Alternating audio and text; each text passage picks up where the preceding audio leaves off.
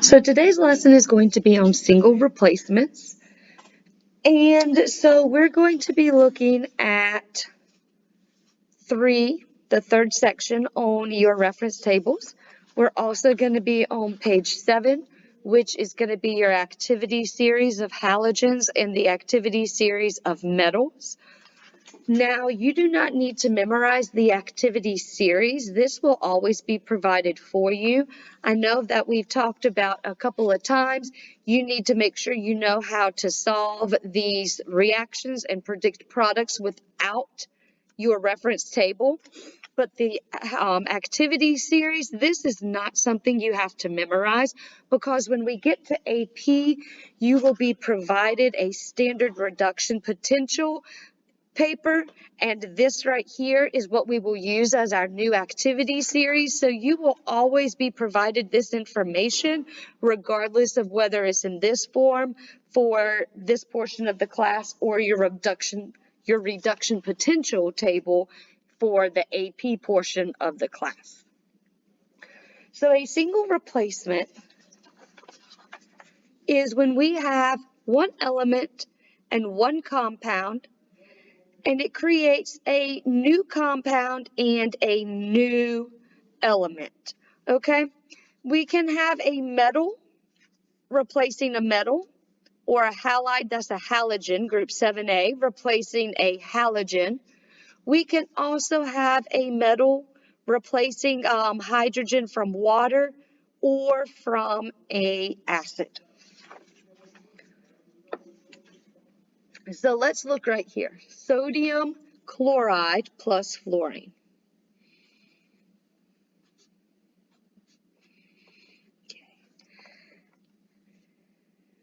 All right, sodium chloride plus fluorine. And so this is going to be, fluorine is a halogen. So this is a halogen replaces a halogen. So fluorine is going to come in and kick chlorine out. All right, so sodium and chlorine are a couple. But now fluorine comes into the picture, and fluorine and sodium decide that they want to be a couple. All right, and so chlorine is now out and single and ready to mingle. All right, now let's see if this is going to work. So the way we're going to determine if this even really happens in real life is through our activity series. The top part of the activity series can replace anything below it. So fluorine can replace chlorine, bromine, and iodine. Chlorine can only replace bromine and iodine. Chlorine cannot kick fluorine out. All right, so chlorine is below fluorine, so that reaction would not happen. And the same holds true through our metals. Lithium can replace everything below it.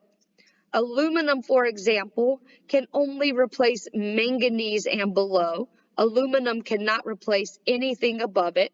And then here we also have these arrows, which kind of give us some additional information. So these guys can replace hydrogen from an acid. These guys can all replace right here hydrogen from steam. That would be liquid water water in the gaseous form. So it's going to be at a high temperature. If the temperature is not high, the water is cold. It's in its liquid form. Only these metals can replace. So this kind of gives us all the information that we need in order to make that work. Now, with that information, fluorine is able to kick chlorine out. All right, now, at this point, we need to have a net ionic equation. All right, so sodium chloride is going to be aqueous. Fluorine we know is a gas. All right, sodium fluoride is going to be aqueous, and chlorine is a gas. So we need to write our net ionic equations. So a net ionic equation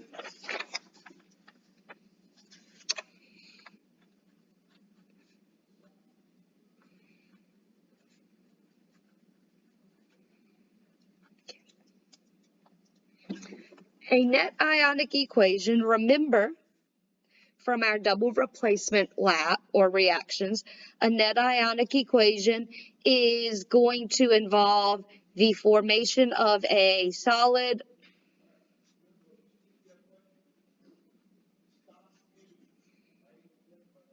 a liquid, or a gas.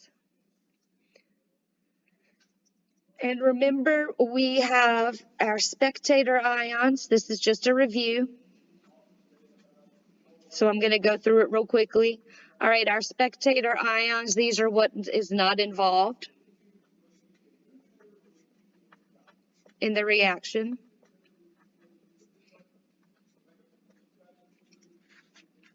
All right, so if we were to take sodium chloride and fluorine,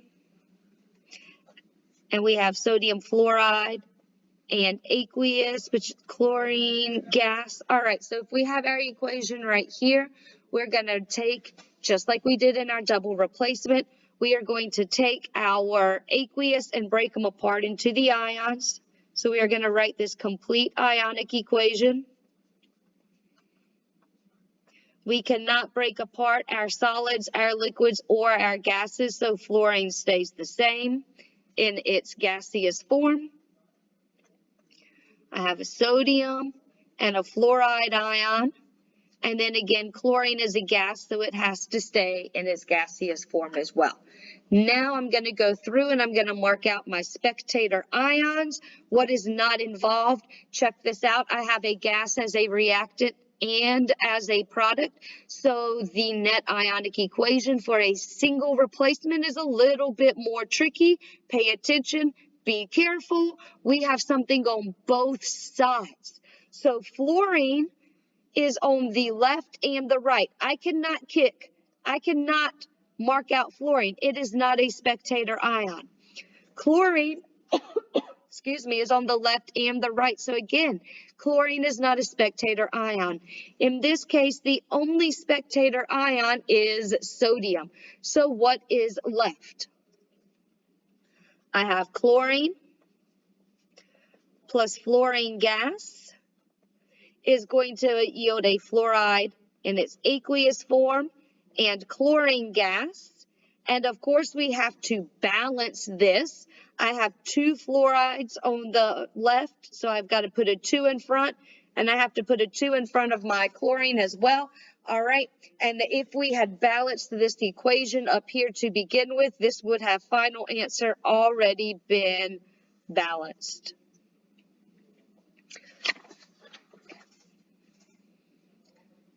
Potassium iodide plus bromine. So I'm just going to come over here and I'm going to write this on my sheet, all right, so that I have more space. So my thing was potassium iodide,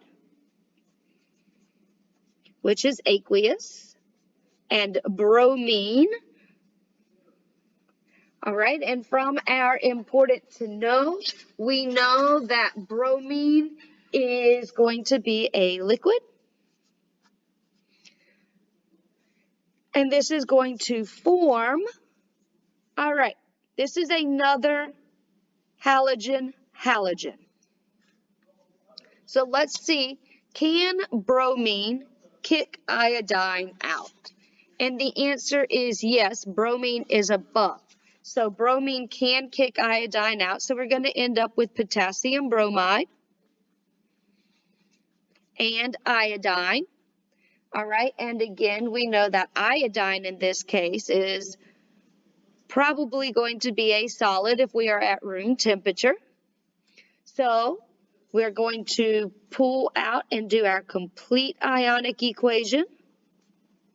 Now, at some point, you are going to get good enough at these that you may be able to skip the complete ionic equation. And at that point, if I only ask for the net ionic equation, then you can go straight to the net ionic equation. If I ask for the complete, follow those instructions. All right, so what do we have here? We have bromine and iodine. So potassium is my spectator ion.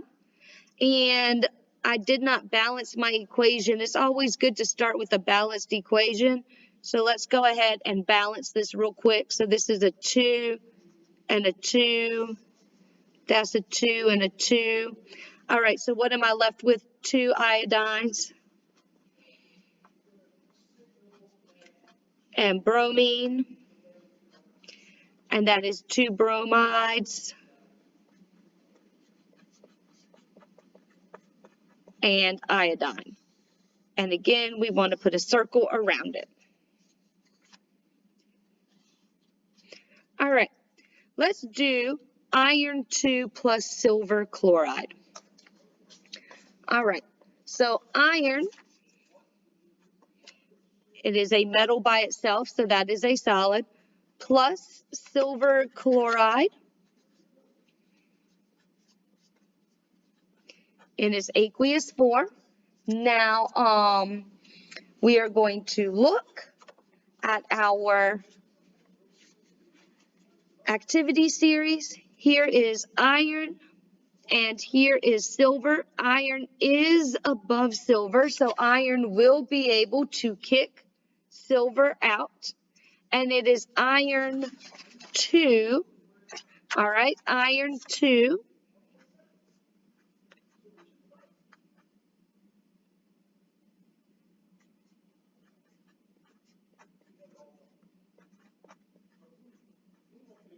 All right, so there we go, iron 2.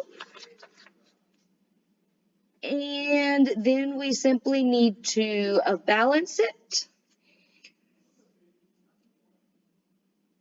And hold on, I did something wrong here. This is silver. That's what I did wrong. Iron kicks silver out by itself, which is a solid. Okay, sorry about that. So now we need to balance it. All right, so I have iron solid as my complete ionic equation. I'm just going to write everything, breaking apart my aqueous.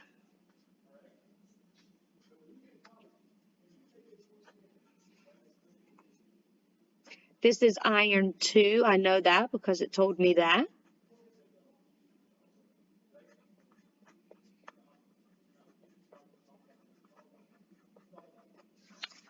All right, so I just take everything, and now I have solid iron on the reactant side and solid silver on the product side. So my spectator ion here is the chloride ion, and what I am left with is solid iron, 2 silver ions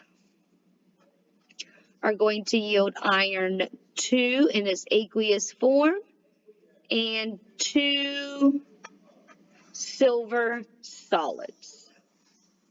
So that is our single replacement reactions, and we are going to be able to definitely write our net ionic equations for single replacement reactions, just like we learned about for double.